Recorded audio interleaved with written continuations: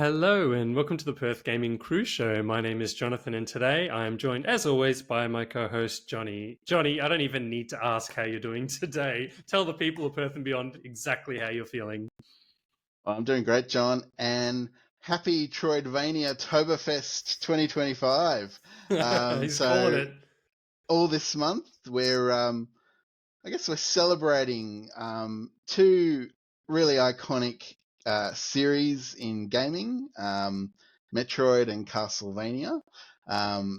Suffice to say that these series, they evoke strong feelings from both of us, John, and we're starting really strong today with the first of two series spotlight episodes, and we're focused on Metroid today, a series which is so iconic in gaming. John, for me, Metroid just captures my attention and imagination with its very intuitive gameplay built around exploration and mostly non-linear progress, along with some pretty subtle universe building throughout the series. What attracts you to Metroid in particular? I think, like, for me, a lot of people probably grew up in our generation have like that iconic kind of view of Metroid because we experienced this game where it was unlike anything else.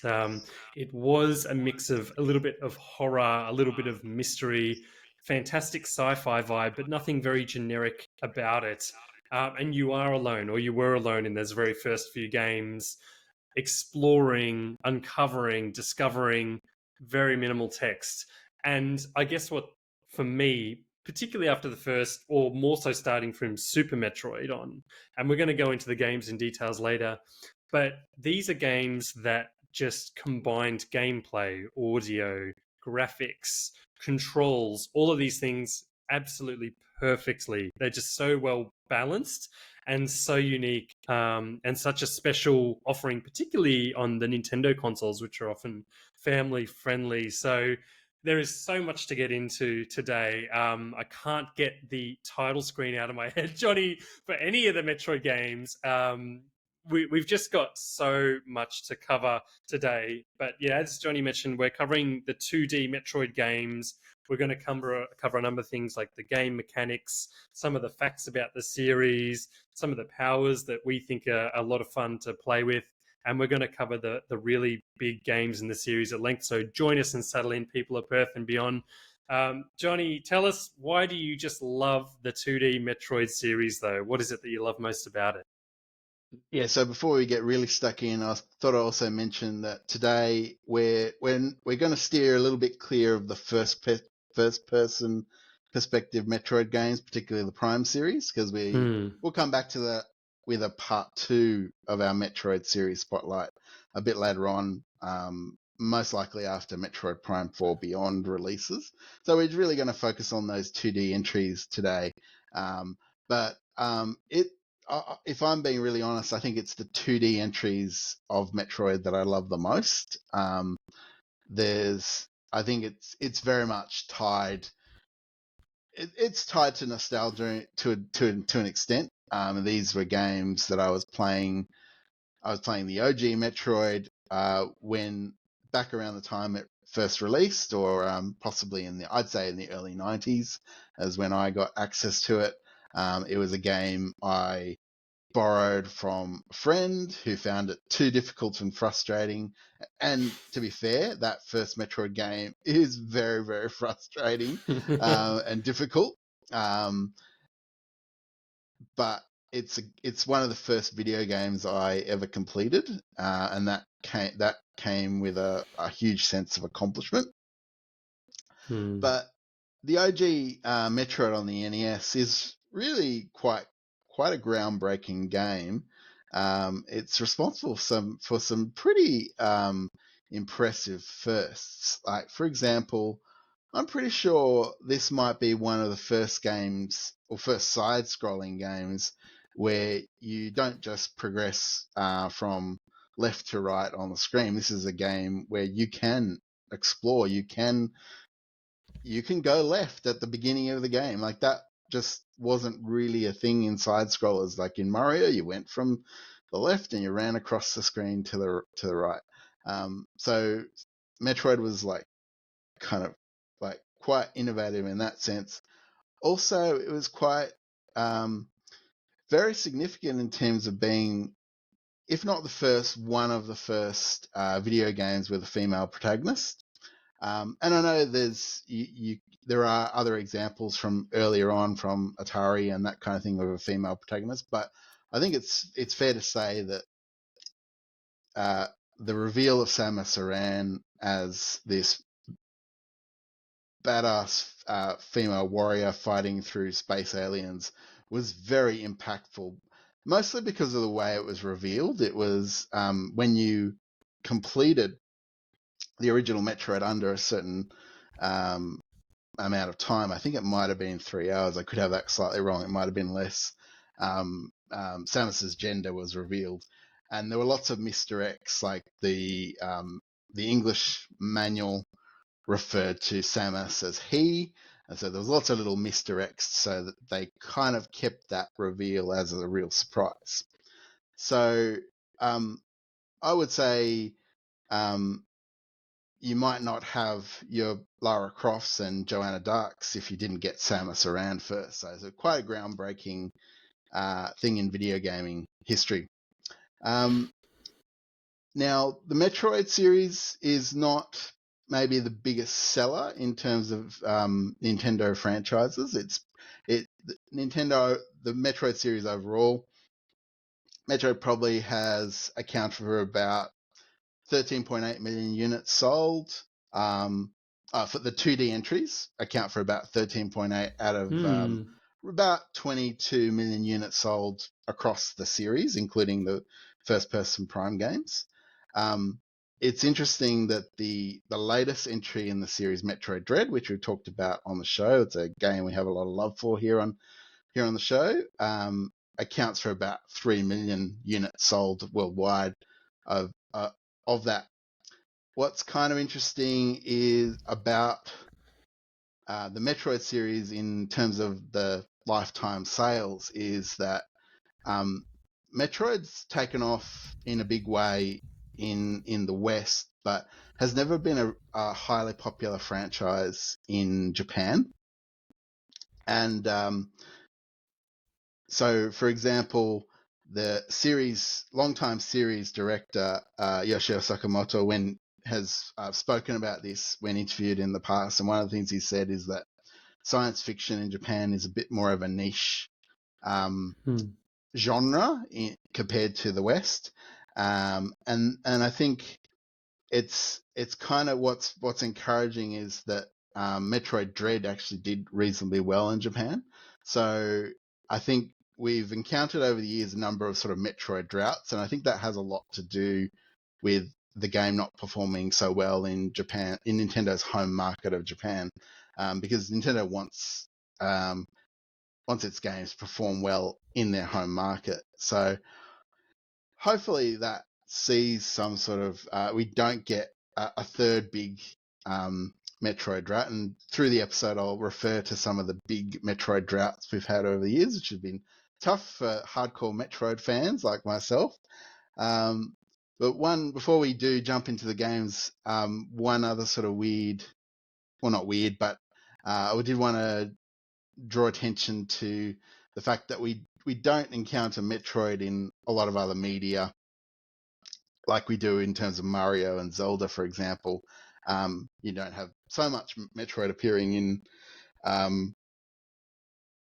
movies or cartoons and that thing. There's a few kind of sparse instances in the 80s, but one thing that did come out around 20 years ago or so, there was a really impressive manga or Japanese comic which set out the backstory for a lot of the first Metroid game, and particularly that tied into a lot of what the events of Metroid Zero Mission, which we're going to talk about very shortly. That's actually quite impressive if you ever get a chance to look it up. It's it's a decent stab at building a bit more of a universe and a lore around the Metroid games, which is quite a decent effort, because the games themselves have tended to be more sort of action focused and less on lore, but with some exceptions, as we'll see. Johnny, that is some awesome background information on the Metroid series as a long-term fan and someone who grew up with it. What we got to talk about, though, is that people who played back in the day Metroid or are new to the series because they've picked up Dread, or they're watching this podcast and they're keen to go play games now, is that there are a lot of things that are quintessential about the Metroid franchise in terms of game mechanics. There's, the exploration-driven gameplay. In some of the games, there's precision platforming. There's the color-coded doors. There's the save rooms that give you that huge amount of relief. There's just so much like in the games that you expect with the bones of any Metroid game. We do have to cover a couple of our favorite mechanics. Can you tell me what yours is? One of your favorite mechanics that we see in all, if not, well, most of the Metroid games. Yeah, so like you've mentioned quite a few sort of defining features of Metroid games. So I tried to think of what is really the most iconic gameplay mechanic of a Metroid game, and I think it has to be the escape sequences. So for viewers from Perth and Beyond who maybe have never played a Metroid game, a 2D Metroid game, when you're at the end of a 2D Metroid game, you are in fact never really truly at the end of a Metroid game, because most 2D Metroid entries are capped off with a adrenaline pumping, heart racing escape sequence against a timer, where you need to get Samus out of the planet she's on, or out of the caverns of the planet she's on, before a self-destruct sequence happens and obliterates all to Kingdom Come. And it's incredibly exciting. Can be stressful. I remember those. It was incredibly frustrating if you beat the OG NES Metroid, but then didn't quite make it through the escape sequence, so didn't actually finish the game back in We've all been the there. 90s. But that's the stress of that game. it's just so iconic, and so many of the games do them so well. I'm particularly fond of how it's handled in Super Metroid, but there's so many examples to pick from, and it's just such an iconic feature of the games. How about you, John? Do you have a favorite or most iconic gameplay mechanic in the games? Yeah, off air we were talking about, and I was suggesting I want to talk about the ice beam or the ice missile as it later becomes in other games, which is quite interesting. But I think back to like the core gameplay and design of a Metroid game, and the mechanic I have to bring up is the morph ball bombs. Any good Metroid gamer will just know that like the morph ball is quintessential to the experience, and I think it separates Metroidvania games or Super Metroid 2D games from action games, where rather than just jumping as quickly as you can to get through or battling through enemies, you often spend a lot of time in morph ball mode and then using the bombs, particularly until you get the power bomb, to kind of like dig around the room and see if you can find that little secret. And I think that's such a little fun but absolutely essential to all the games mechanic. In most of the games you get the morph ball bomb pretty quickly, and I think it's not in Dread until you get it much later, but it is just something really fun. And it's interesting because in the original Metroid game, and even Super Metroid, there's some areas you need to bomb to progress that aren't really evident to you, and I do think they've made that a bit more clear in the more modern games, just to make it more user friendly. But I don't think anyone's ever like not done all the bomb jumps, Johnny, all the bomb launches, and they're just out of reach of that place, and like, what do I need? What do I need? And you need something else, another power to get to that place. But beyond all the awesome game mechanics in the Metroid franchise, there are absolutely awesome boss fights, which the series is well known for. And we've both played these games quite a bit. Johnny, you more than me.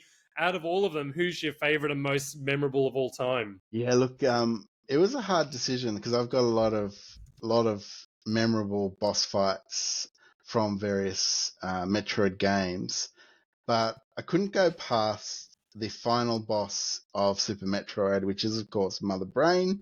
That obviously starts very similarly to the end boss fight of the original NES Metroid game or the GBA Zero Mission.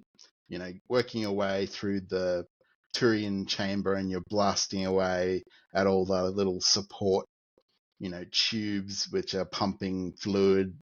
Looks very creepy. Fluid through to Mother Brain in her like glass chamber, and you work your way through that. Yeah, very similar. Nothing really new there. But then you get through all that. You've blasted Mother Brain to bits, it seems, and then the game clicks over to another gear because Mother Brain grows this kind of grotesque body and starts just pummeling the crap out of Samus. Like I've had playthroughs of Super Metroid where I've been at like I've 100%ed it. I've got full missiles, Wow. full everything.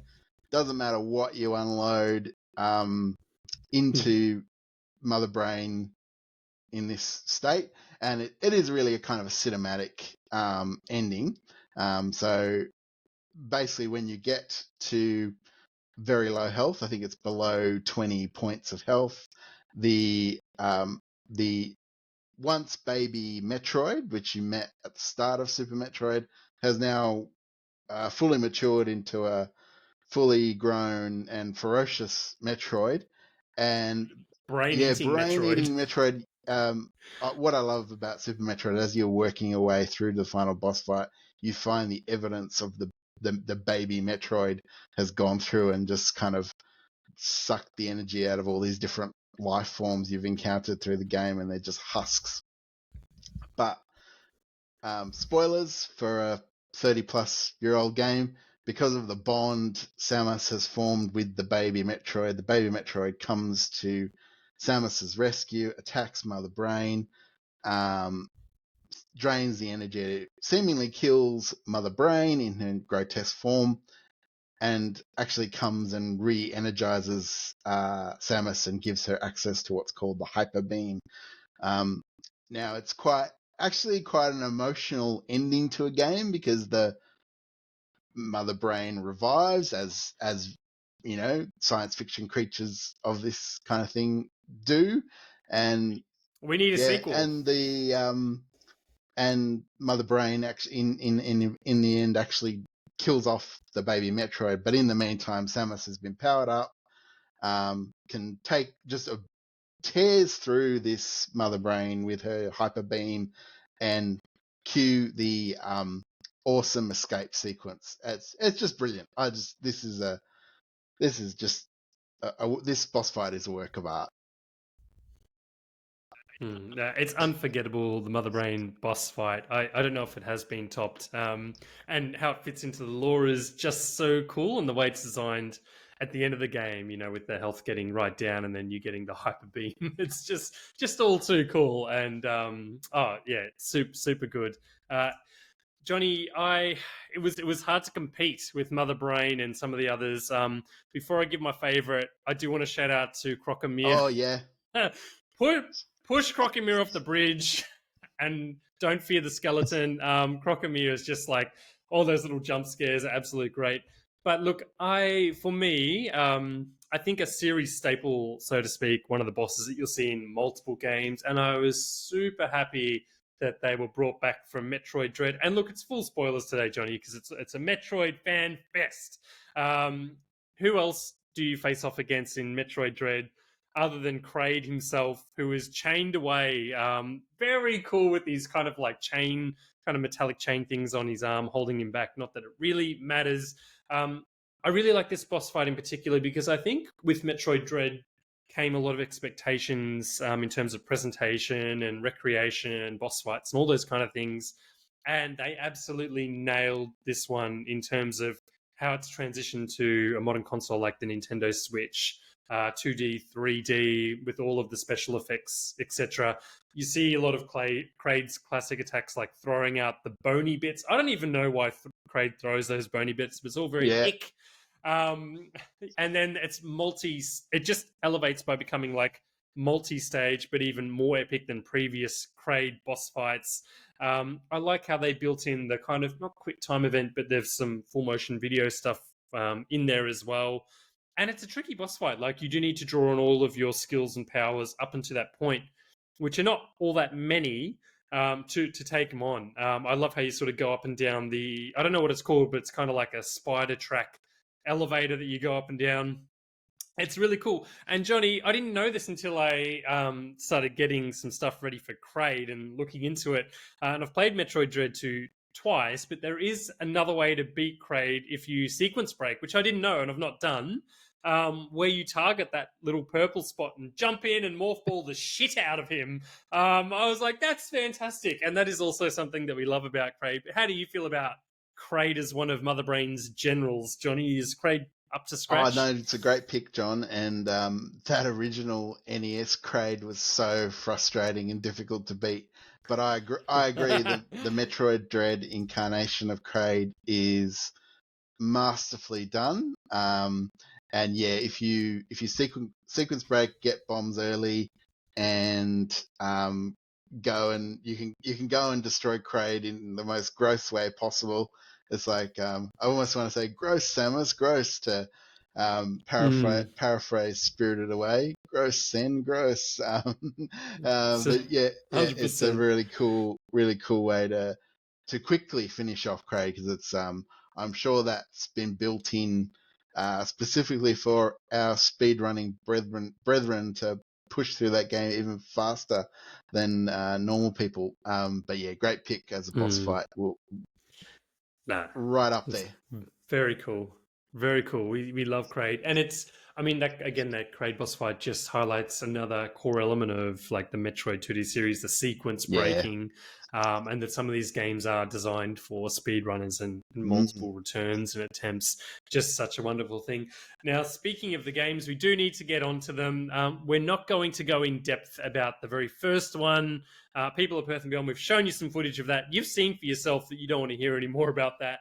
I gave it a go and it lasted about 10 minutes. So we're going to move straight on to the big one, probably the most beloved one, one that is most revered by Metroid fans globally, and certainly not just as one of the best games on the Super Nintendo system, potentially, if not the greatest game of all time, depending on who you ask.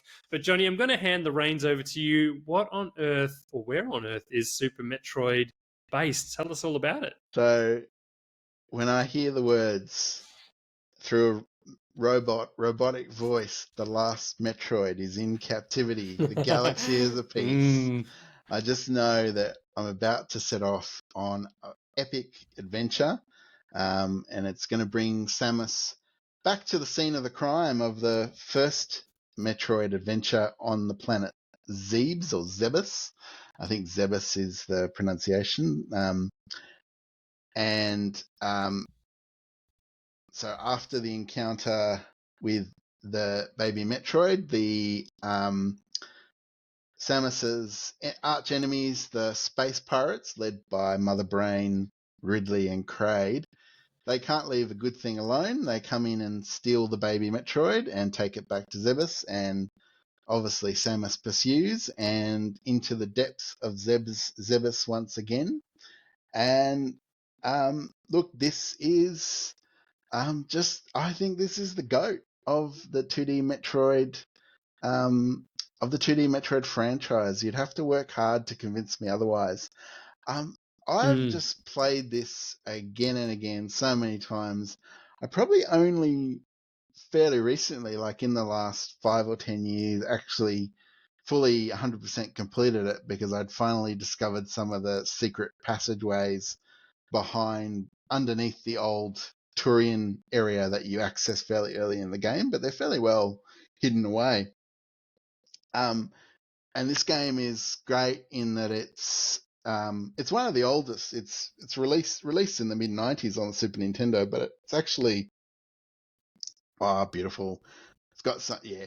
Actually, the middle of the in-universe timeline of Metroid, sort of taking place right there in the middle, has so many amazing boss fights. You've mentioned Crocomire. I'm not sure if that one of the two. We've talked about Mother Brain and that cinematic ending. There's also some other great boss fights with like Ridley and Fantoon and Dragoon, which I love. The fast track for that one is so much fun. You shoot off the laser beams and then you attach your grapple beam to the sort of electricity, and then you can kind of electrocute that boss and have that boss fight over in record time. No doubt, again, built in for the sake of the speedrunners. But yeah, just such an iconic game that I return to regularly, and just thoroughly enjoy. Still enjoy playing it whenever I come back to it. I know, John. I know you've replayed Super Metroid recently, haven't you? Fairly recently. Yeah, yeah, definitely. And I've played it in the context of some of the other Metroid games more recently. I think some of the things that stand out for me for Super Metroid. So I played this on the SNES as a kid, and I didn't love it. And I found that that's a pretty common experience for some people of that era. But then it's a game you come back to, and it kind of grew on me like an ex-parasite almost. Well, not in that game, a Metroid, I should say. Um, and I quite enjoyed like, okay, getting my head around the exploration elements and all the little secrets and understanding what I needed to do and all those hidden areas that I need to bomb to progress. But I think one thing that this game does like really masterfully is the lack of narrative that's given. Essentially, you start with the lab and all the dead scientists are there and it's quiet and you're like, what is this game doing? I don't, like it's not throwing everything at me like I've seen in the ads or whatever. And then there's that escape sequence with Ridley, and then when you land on the planet Zebs, you just left to your own devices. There's no go do this. There's no you need to do this. There's no level A to B to C like Mario, for example. It's just go forth, and you have to go on your own journey. And you feel like you're Samus in that sense. It's very cool, unforgettable. I really like there's a couple of standout moments too. I really love the scene where there's some really interesting places and well designed levels in this game, of course, but I actually like the kind of big four statue totem, Johnny, that you uncover relatively early in the game. And that's like how it tells you the story, like, okay, what is going on here? What do they mean to this planet? Who are these like characters? And when you defeat one of these four bosses, and they're not the only bosses, obviously, but they're the big four. Their kind of like statue dies off and goes dark gray, and you unlock more and more. And I love the tone that it sets. I just briefly on boss fights. I think Flagra is one of the early ones that you come across. The big plant kind of boss Oh, fight. that's from the Prime. Oh yeah, there's the Super Oh, Metroid version of Flagra. the Yeah, Super yeah, Metroid, the Super yeah. Metroid version, the Yeah, the OG yeah, Flagra with the like yeah, yeah, stems yeah. doing this creepy No, stuff and that all the is little cool. That is bits. cool. It's one of the first mini bosses you encounter. Hey. Yes, and you need to use your missiles to like take out Flagra's weird Yeah, mouth. But it's kind of when you beat that boss and you take on the boss. I'm pretty sure it's the first boss. The music's just off, like it's not in your face. It's just like a little bit yeah, creepy, and then you defeat Flagra, and it's just all these. You get all the missile and like health power ups. It's really cool. And then you're like, all right, now I just continue on doing whatever I need to do to get through this game. So yeah, it's a really cool game. I also just want to shout out the Yeah. biomes, Johnny. Like all the yeah, different areas, like Brimstar, Norfair in particular has like one area where Norfair is like the cavernous yeah, volcanic area, but it has one area that has like greenish yeah, bubbles. I'm not sure if you remember. It's like yeah, these weird greenish. Just the way this game presents itself to you is unforgettable, and it just sets this incredible framework for the series to come. So. Any last words for you, Johnny, on Super It's just Metroid? grand. Probably undersold how good the music is at creating the Oh yeah, atmosphere yeah, for this game, and you really do feel that yep. sense of isolation. But then it can also really you go into some of those areas like Norfair, the volcanic area, where the music tempo really jumps up, and you start to feel like, okay, something is up, something's going to happen, that sort of thing. So yeah, it's got a just an amazing soundtrack, doesn't it? Yeah, absolutely, it does. No, so Super Metroid Choice Pick, available on Nintendo Switch Online, on the Super Nintendo Classic, or an OG Super Nintendo. Go and play it. Johnny, I think the next one we're doing is over to me, which is Metroid Fusion, if I'm not mistaken. So Metroid Fusion was a 2002 release on the Game Boy Advance, releases the same day as Metroid Prime on the GameCube. Now, in this one, Samus is sent to SR388, planet SR388, which is in Metroid 2, on a routine mission where she becomes infected by this kind of new organism called the X parasite, which we see has a huge role to play in that game. She's cured with the vaccine from the infant Metroid, and she can absorb the X parasite. And she's then sent by the Galactic Federation to go back and investigate the X parasite and this explosion that's happened on the shuttle. And that's, I guess, what's particularly interesting about Metroid Fusion is there are quite a few. I don't know if it's like just the deviations from the Metroid formula, but there are a couple of things that make this game stand out. First of all, you're not based on a planet. With most of the games, it's set within this ship, but within the ship, it's made of 6 different sectors, and all of them have their own different biomes. I think the first one reflects a previous Metroid game, so you have your traditional kind of like cold, hot, dark jungle areas, so it still looks and feels very vibrant and cool that way. Probably another really standout feature of Metroid Fusion is that it is really narrative driven. I was kind of shocked when I played it recently how much text there was. And clearly Samus has the biggest crush on Adam, who becomes your robot AI companion. Johnny, I'm not sure what's going on there, but there's definitely a bit of back and forth between her and Adam. So Adam is like Samus's former commander in Metroid Other M, I think. That's right. And in this game, excuse me. So, in this game, Adam takes on the role of like an AI within Samus's ship and guides her throughout the game. What that means in the gameplay context is that you're never left wandering, so to speak. You're always given a really clear objective, and you're given the map, or what seems to be the full map for each sector, and a target that you need to go to. So a couple of thoughts to share on that. For me personally, I actually didn't mind that it gave some guidance, because I do find in some of the old Metroids, even Super Metroid, if you don't know where to go or which areas to bomb or how to progress, it can be a bit frustrated getting stuck. Whereas I think Metroid Fusion is really clever in that sense that it's built for the Game Boy Advance, and it's like, all right, we want to make this a little bit more accessible. Noticeably, the color palette is more vibrant and uses those like more Super Mario kind of colors, I would say. But there is still plenty of secrets to uncover. Like, it's not completely hand-holding in that sense.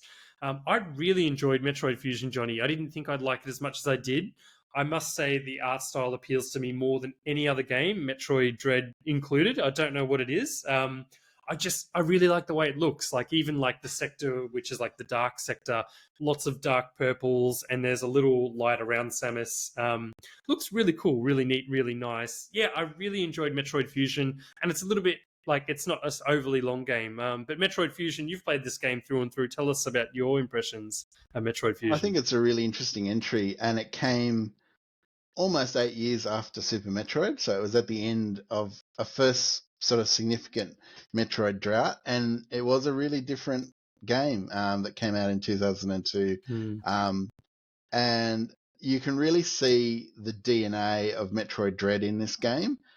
So through much of this game, John, you're trying to avoid basically the main antagonist of the game, which is an X-parasite that's basically taken the bits of Samus's armor suit and formed into a clone, a deadly clone of Samus at full power, and obviously like all Metroid games, Samus at the beginning of a Metroid game is kind of nerfed, and so until the very end of the game, Samus is no match for the Sar X, as it's called, and you have probably about 3 or 4 sequences where you're just trying to evade the Sar X until the point you've powered up enough where you can take it on, which is very, very late in the game.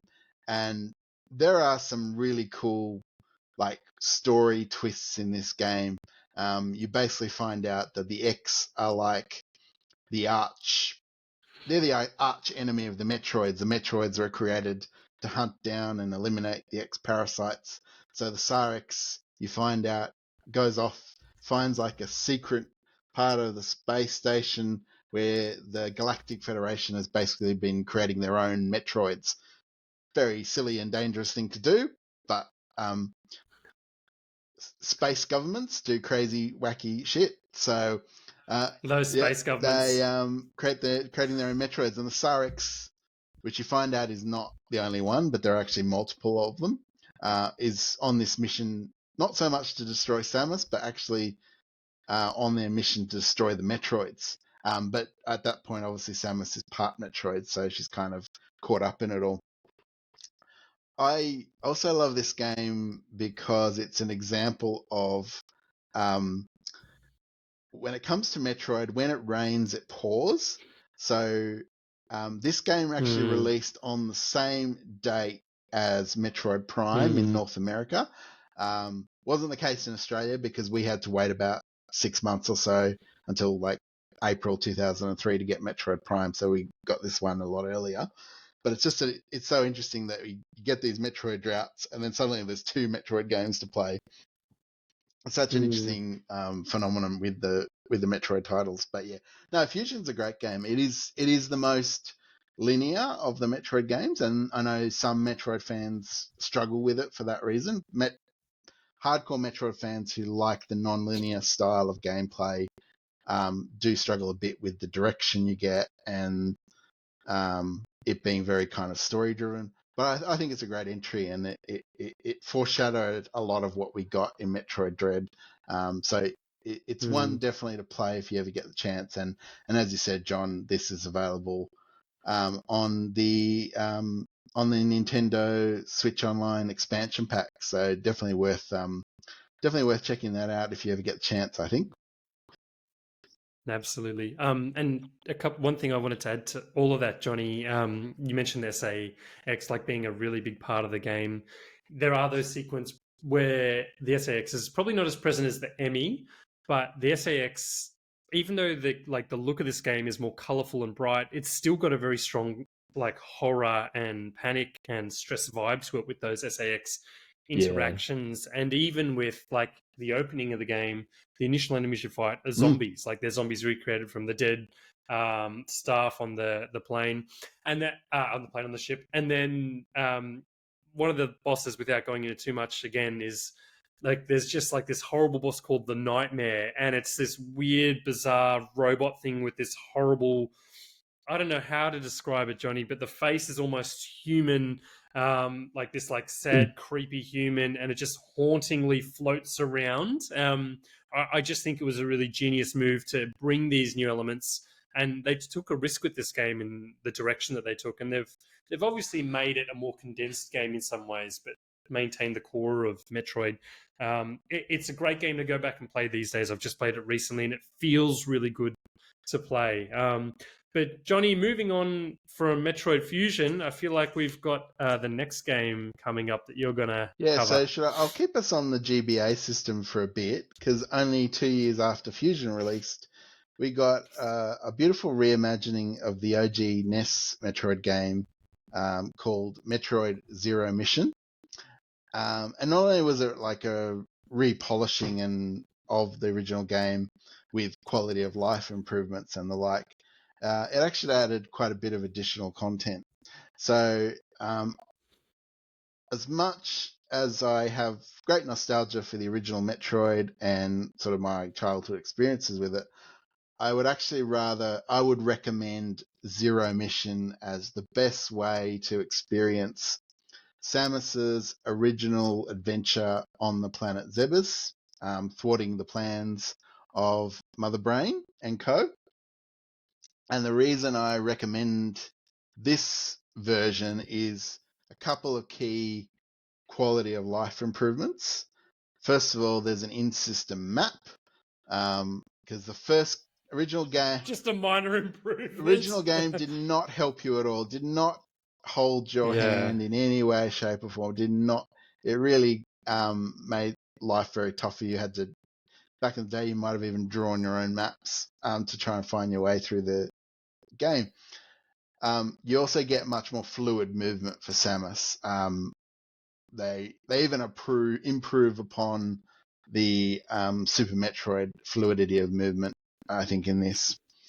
And one particular power-up that's introduced in this game is really, really, really great, and that is called the Power Grip. You get that fairly early in the game, and that allows Samus to hang on to ledges. So when you're doing all that platforming, it probably takes a lot of the frustration out. I think that is a really good addition. Aside from those quality of life improvements, is also the addition at the end of the game, after you've gone through the Mother Brain sort of gauntlet, as you'd expect, much like pretty much one for one spot on with the original game. There's an additional section of the game. You see Samus fly off in her gunship, and she's ambushed by the space pirates and has to crash land back on Zebes. And basically she has to work her way through a stealth section in the iconic blue, let's see if I get an amiibo to help me explain this, in her iconic Zero suit. And you work your way through the Chozo ruins to get Samus through, evade patrols of space pirates to get access to a new power suit. And there's something really satisfying about getting through all that and finally landing the power suit, and then Samus is just unstoppable on her way through, mowing through the space pirate vessel. I love Zero Mission. It's really high up there in terms of my favorite 2D Metroid games. Check it out on Nintendo Switch Online expansion pack. It's a fantastic game. Really impressive for the GBA. I think is just great. It's great stuff. Yeah, I was just about to say that, Johnny. Like, Fusion and Zero Mission are very much playable today. And I think, if you're new to the Metroid franchise and you want more of a traditional Metroid experience, start with Zero Mission. Yep. Because it has all those hallmarks. For example, like, it doesn't have that heavy narrative. I think it just has a bit of text at the start where Samus is like, yeah, I'm back on the planet I grew up on. I'm going to tell you my story. And then you're playing. And you unlock, I guess, the narrative and the pathway by going on. And we have to bring them up, Johnny. The cool, ultra cool Chozo ruins that have their hand out, which is just made for Samus to morph ball into when she collects her power. And you can recharge your health there. You can recharge your missiles. Go do it. Hot tip. And then it points out to where you need to go next. I picked up this, I started playing this after Fusion, and I liked that it had it was more of a nod, I thought, Johnny, to the original Metroid, where you've got a short beam at the very start, but that lasts about 5 minutes. You get the morph ball within seconds, like that of the game. And then I was like, oh God, like they've even given me the short straw with the short beam, but you get the long beam within 5 minutes and you're on your way. And I was like, I think that was more of a love letter to the original game.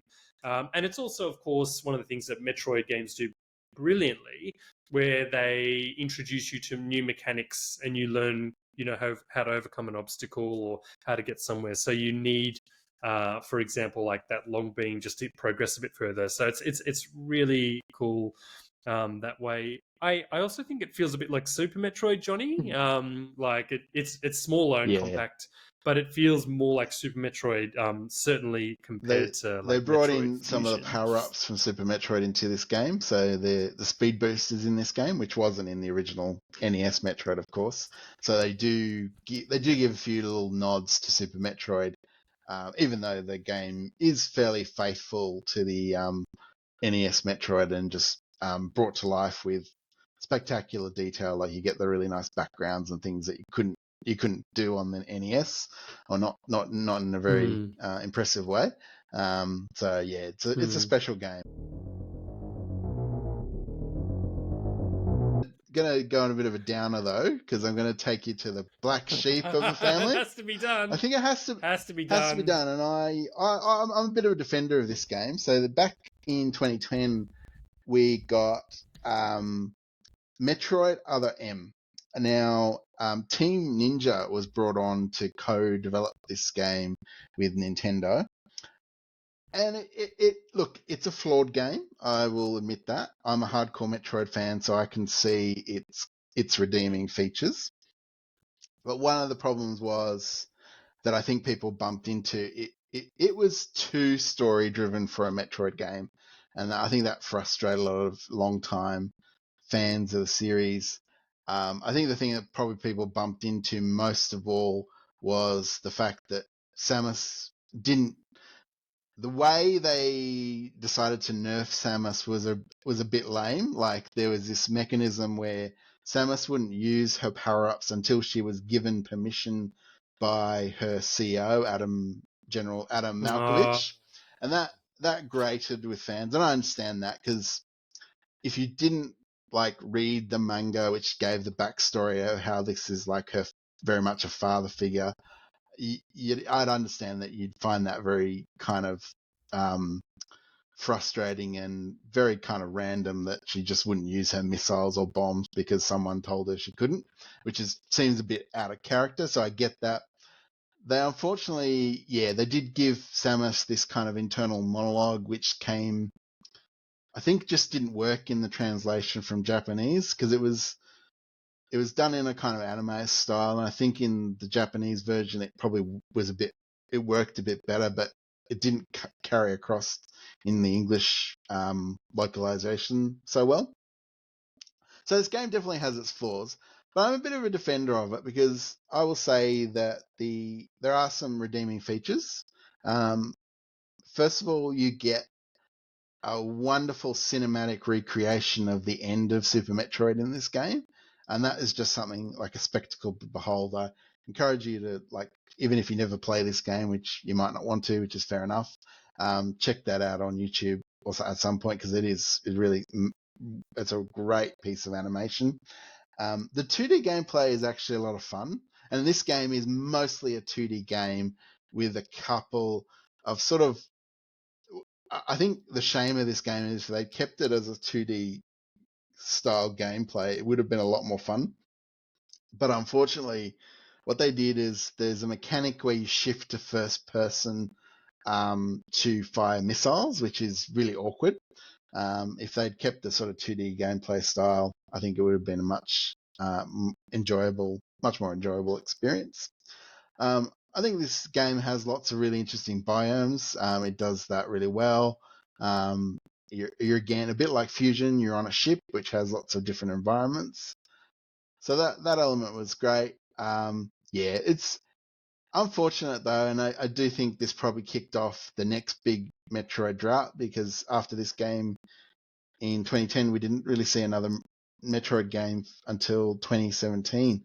And it's probably not too unfair to say that the underperformance of this game was at least partially responsible for that.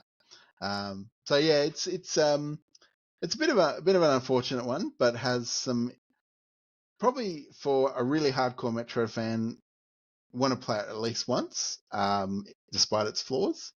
But thought it needed to ensure our series spotlight today is very comprehensive. I just thought I'd give it a brief mention, John. I think it's great you did, Johnny. I didn't know much about this game myself because I never had a Wii, like a Nintendo Wii. And it's interesting to hear that this was developed by Koei Tecmo's Team Ninja, because Nintendo's collaborated with them on a number of other games, like more recently the Age of Calamity, Age of Imprisonment, Fire Emblem Three Hopes games with its Muso genre. I find that really interesting because I can see, just from knowing more about this game, that it's trying to do a lot of things at once. Like you can see how it's trying to appeal the Japanese audience, probably with the narrative and the inspiration from the manga, and tying it into that to build that kind of visibility. And then it's trying to do some of the Metroid Prime stuff as well. There's definitely a strong Metroid Prime art direction to this. Very curious. I wonder. I don't see it ever getting remastered or remade, or this formula for Metroid being expanded on. And I don't know what the sales of this are, Johnny. You might, but I would bet my bottom dollar that even though the Nintendo Wii was a bestseller, this was not a great selling game at all. So yeah, No, I'm really it keen did. to It did not. like. It did not I do would go well. check it out. Hmm. Yeah, like it did not do well, unfortunately, and yeah, I think it's an example of a Metroid game that tried to do too much and didn't. It didn't really deliver on a lot of fronts. It was probably just too ambitious for what it was trying to accomplish. So yeah, I think. But the good thing about that drought is it ended in a really spectacular way in 2017 when we got a masterful reimagining of the Return of Samus from the Game Boy era, and we got thanks to Spanish studio Mercury Steam, with the close supervision of Nintendo and Yoshio Sakamoto, of course, we got Samus Returns on the 3DS. So this adventure of Samus takes place immediately after the events of Metroid Zero Mission, where Samus is sent to SR388, the homeworld of the Metroids, and sent on a mission to completely exterminate the species from the galaxy once and for all, given their great threat to peace in the galaxy. And where this game really shines is the recreation of the environments from SR388 from the Metroid Game Boy game, but also particularly how it does the recreation of the life cycle of the Metroids themselves on their home planet, where they go through their different forms, where they're referred to through, I think you've got the Alpha, Gamma, Zeta, Omega, and finally the Queen Metroid form. And you have a counter in the game where you literally have to go and destroy every single Metroid in this game. And it has like there's a little statue yeah, too, isn't there, Johnny, that shows you which ones have been eliminated, how many you've got left. that's Is that right. So right? in each Yeah. area of the game, you've got a certain number that you have to eliminate, and that unlocks your progress to the next area, and so on and so on, until you finally get to the Queen Metroid. So they're taking a little bit of inspiration from the Alien franchise, which Metroid games have generally done over the years. Now, the sad thing about this wonderful, wonderful game, before I get on to that, this game also introduces Samus's parry maneuver, her sort of melee attack, which up until now Samus had never really had any kind of melee attack or anything like that. And this was obviously refined further for Metroid Dread later on. But it's a great mechanic, and once you get the hang of it, it's a lot of fun to use that, because in this game, Samus is constantly being attacked, or something's trying to eat her or kill her or something. So this parry maneuver is incredibly important, especially early in the game where you don't have a lot of health. Now, as I hinted at, the unfortunate thing about this game is this is locked to the 3DS of all systems. I was very fortunate that I had a 3DS when it launched in September 2017, and I was able to play it intensively. But unfortunately, it's not a game that you can play on your Nintendo Switch or Nintendo Switch 2 at the moment. Hopefully that changes one day. It did reasonably well, and obviously enough for Mercury Steam to be trusted with the next entry in the 2D Metroid series. But it's one of my favorite 2D Metroid games, and it's just unfortunate you wouldn't get a chance to experience it unless you own a 3DS, unfortunately. Yeah, I think the release timing with this game is kind of interesting because, you and I followed the Nintendo Switch when it first was announced and released. And, some of the things that come up is like when's, we had that early announcement for Metroid Prime 4, what would be the next 2D Metroid? And this came out at around that time, like when the 3DS, 3DS XL, all that stuff was winding up.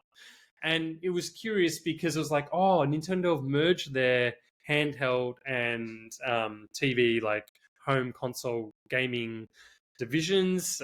This is the way they're heading. It kind of feels like it would have been a perfect opportunity for this to be a Switch launch game or within that second year. I suspect that this game was in development for a long time, maybe got delayed, and then it had to be released because once it was created for the 3DS, it would just take so much more work to get it on the Switch. I really hope it does come to the Switch. I think kind of like Donkey Kong Country Returns on the Wii, which is also on the 3DS. I think it is like this game looks good enough with its art direction, and it's got the bones, like all the 3D polygonal bones. Put it into HD, touch up some of those backgrounds. I think this would still sell well to people who have a Switch or are buying a Switch 2. Even if it was coming out in the next year or two after Prime 4, just to continue that Metroid momentum and to bring, as you say, Johnny, one of the better 2D Metroid adventures to a broader audience. I myself am just waiting for this game to come out, and I'm pretty sure I say to you, Johnny, every time there's a Nintendo Direct, Nintendo's going to announce it. But hey, remasters are easier said than done. I think the main point here is, like you said, it was developed by the right team, Mercury Steam, and the gameplay, the feel of it has kept that nostalgic, iconic 2D feel with some modern improvements that we will then see coming over into a series. And what do we got there? A very gooey amiibo from what I've experienced. It is gooey, isn't it? Strangely satisfying. This game launched with one of the coolest amiibo ever, I think. It's the Metroid 100%.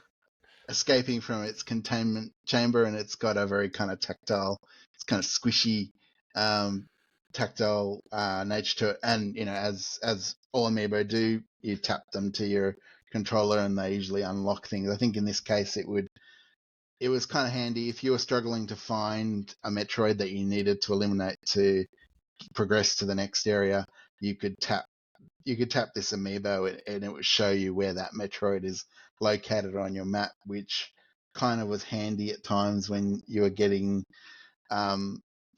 frustrated with the trial of error of tracking these troublesome Metroids down. So I thought I'd just highlight that for the people of Perth and beyond today. I love that. And I think, Johnny, when I see that, it makes me think when the new Smash Brothers game comes out, we need a Metroid. Do we not need a Metroid in there? That's just very cool. That would work out beautifully. But people of Perth and beyond, it has been a long journey across the galaxy with us and Samus Aran. We do have one more 2D Metroid game that we have to highlight. It is the latest in the series. Whether it's the greatest in the series, that's up to you. It's up to us, each to their own. But the last game that we do need to highlight in this beloved series is Metroid Dread.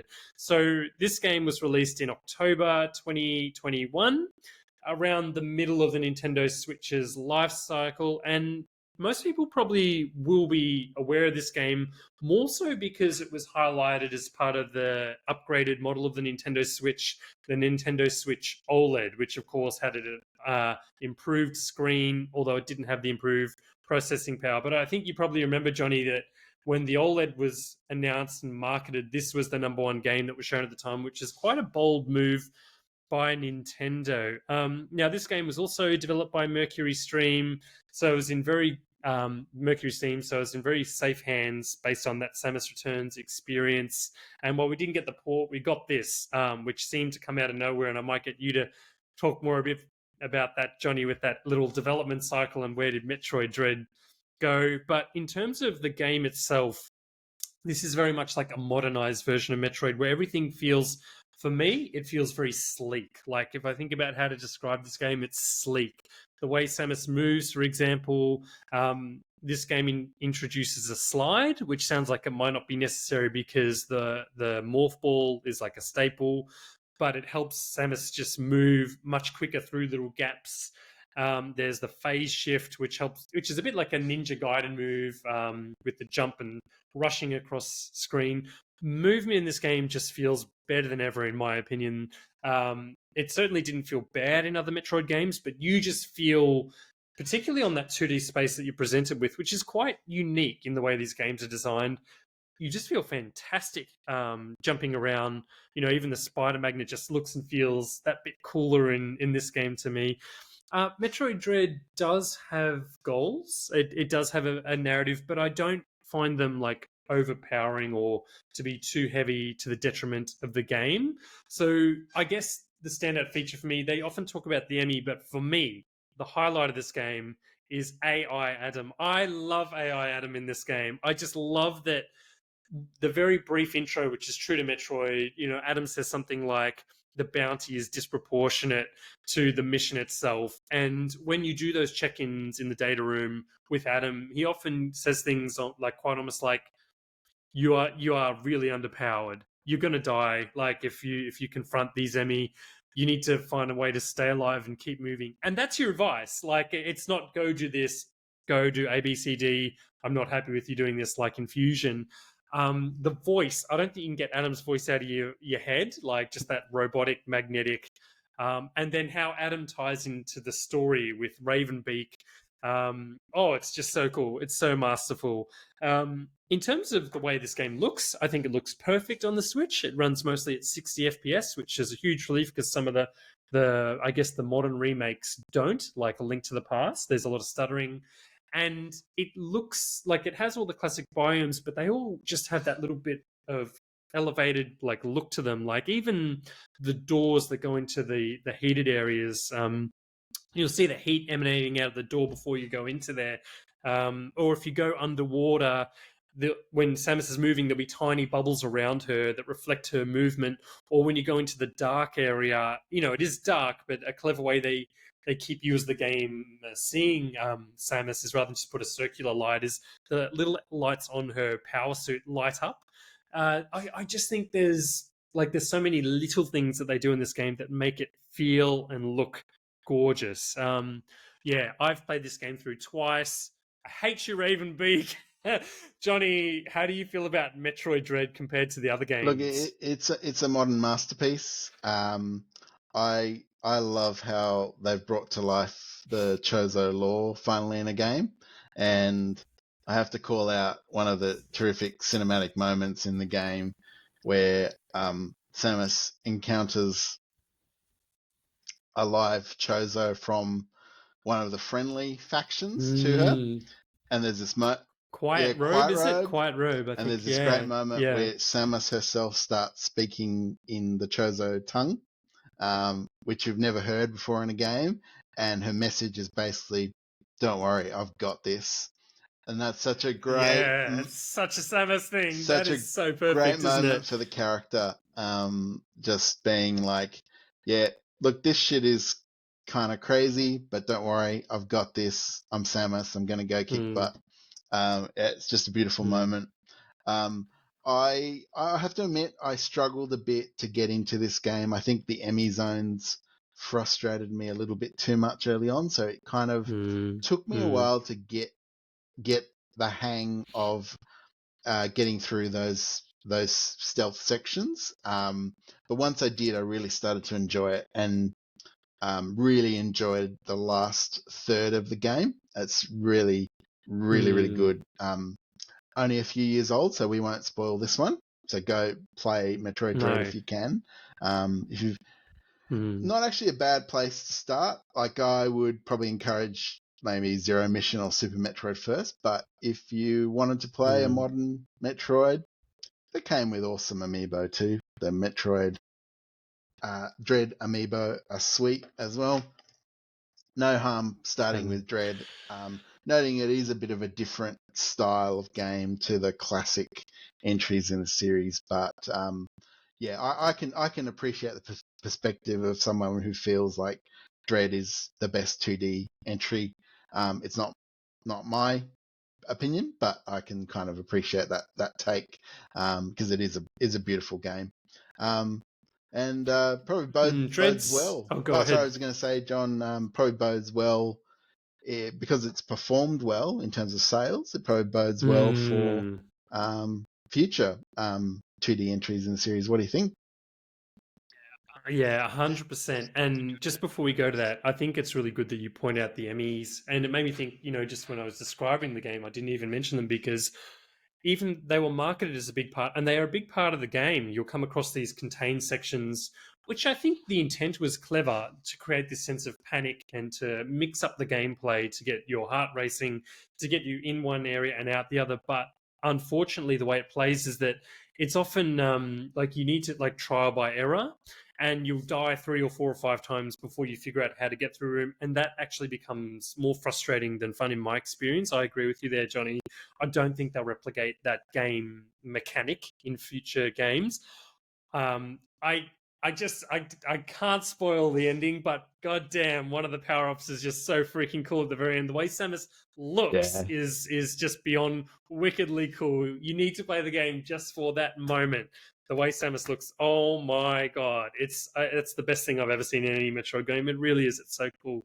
But as for the future, Johnny, this future is bright. Whether or not we get the 3DS version of a game across, we'll see.